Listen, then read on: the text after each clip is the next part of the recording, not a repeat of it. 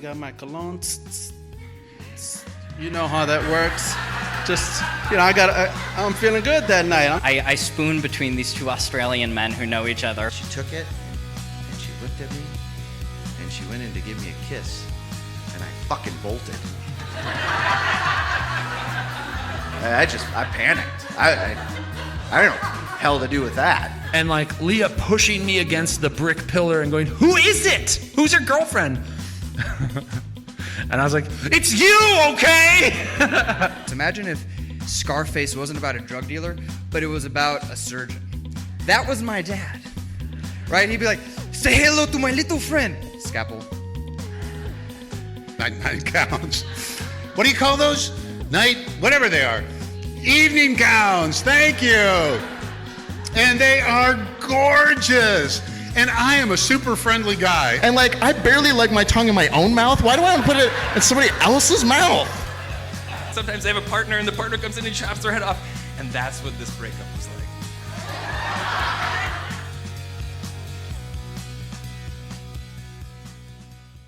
like. We're calling it 2 for Tree and Tree for 2. Here's Jessica Regan.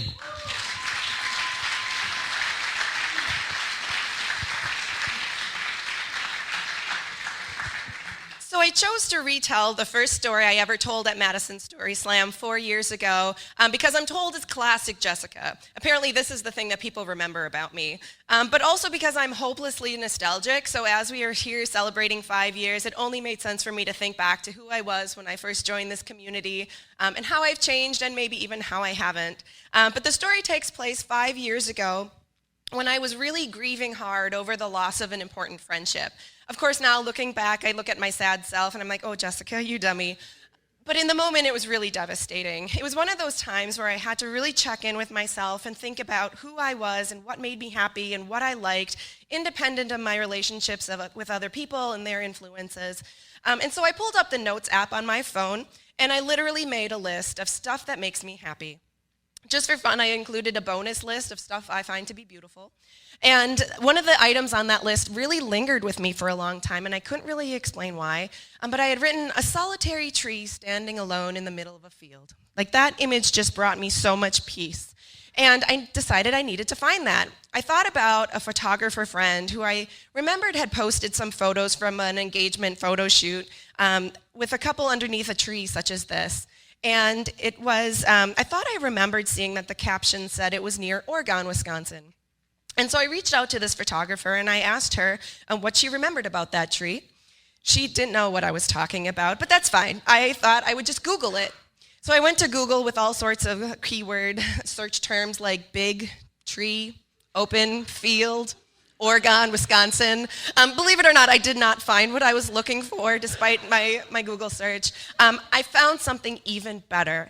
There is a tree just outside of Platteville, Wisconsin that has this website dedicated to it. And it is a beautiful tree. Like, I'm talking Shawshank Redemption, those final scenes, that tree, it was breathtaking. A photojournalist who lives just down the road from this tree had kind of noticed it and decided to dedicate a year to taking a photo per day of this tree through all of its different seasons from all these different vantage points. And he put that into a book, and he had this social media presence, and obviously this website, and I thought that was so cool. So I had to support that. When I find people, especially local people, that are doing amazing work like that, I have to support it. So I immediately ordered the book online. The instructions said to watch your email for an invoice that you can print off and mail in with a check to complete the order of this book. And I also just loved the low-tech nature of that whole exchange, but that's a separate thing. But in the meantime, I had to see it. I had to find this tree. So I dug through the depths of the internet until I found this tree's exact location in the countryside just outside of Platteville. And I got in my car and I went.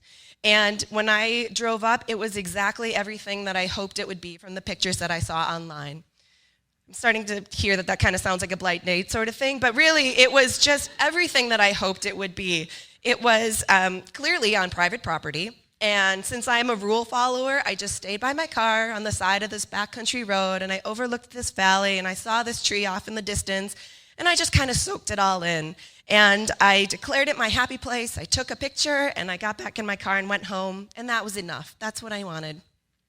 When I got home, I checked my email, expecting to find this invoice that I could print off and mail in with a check to complete the order of the book, and I didn't find anything. So I did something that's really unlike me, because I'm not someone who likes to feel like they're bothering someone who's really important or famous. But I emailed the author, and I said, first of all, I really appreciate the work that you're doing, and I would like to understand my next steps because I don't see the invoice. Had to keep it nice and short and sweet. Again, don't want to take up too much of his time. The next day, I got a beautiful long email back that started with, first of all, check your junk mail. The invoice is probably there, and sure enough, it was. But he went on and on and on to talk more about the tree and his work with this tree, and at the end, he said, let me know if you'd like directions to the tree, not knowing that I was just there the day before, or if you'd like to meet there sometime. And that was too good to be true. That was an incredible offer that I was not about to pass up. And suddenly I felt like, I'm not bothering him. This is amazing. And so I knew that my husband was off work that day. So I made arrangements for us to meet him there at the tree that night. I called my husband with the good news that we got this invitation to check out a behind-the-scenes VIP, full access, on private property tour of this tree.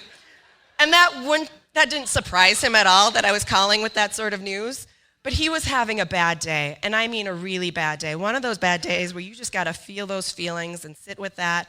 But since I was on this little quest for self-discovery and happiness, I was still going to go, and I thought it was better if he stayed home. So I started asking around the office. I checked in with a couple friends and coworkers like, hey, what are you doing after work? And normally that would be, let's grab drinks on the terrace or let's go out for dinner. When I explained that there's this really great tree I'd like to check out near Platteville, are you in, are you out? Everyone was out, everyone, for a variety of reasons, and that was fine. I'll just go by myself. Like, that's not out of character for me to go do something like that on my own. A few people kind of gently, subtly suggested, are you sure it's a good idea to go meet a stranger off a backcountry road in a field by yourself at night? My friend Heather was a little less subtle. She said, you're going to get murdered, right? But I went. And not only did I not get murdered that night, but I ended up having one of those delightfully unexpected conversations with someone where you really connect on a human level. And he wandered off to take his photo of the day of the tree while I just kind of sat in the grass and marveled at how lucky I was to be part of that very moment. We had talked about our lives and this tree and how we had each found some healing from it. And ultimately, I think that was exactly what I needed to be, and we also exchanged money. I paid him for the book that he had autographed for me so I could read up all about this tree. But it was what I needed in the sense that this relationship with this tree was just a relationship with myself, and I was starting to see that. And also, I think it was what he really appreciated, to find another person out in the world who wanted to buy his book, but more importantly, I think appreciated the work that he was doing to elevate the beauty of this tree, and also to find someone who was unashamed to get on a stage to share how much she loves trees too. Thank you.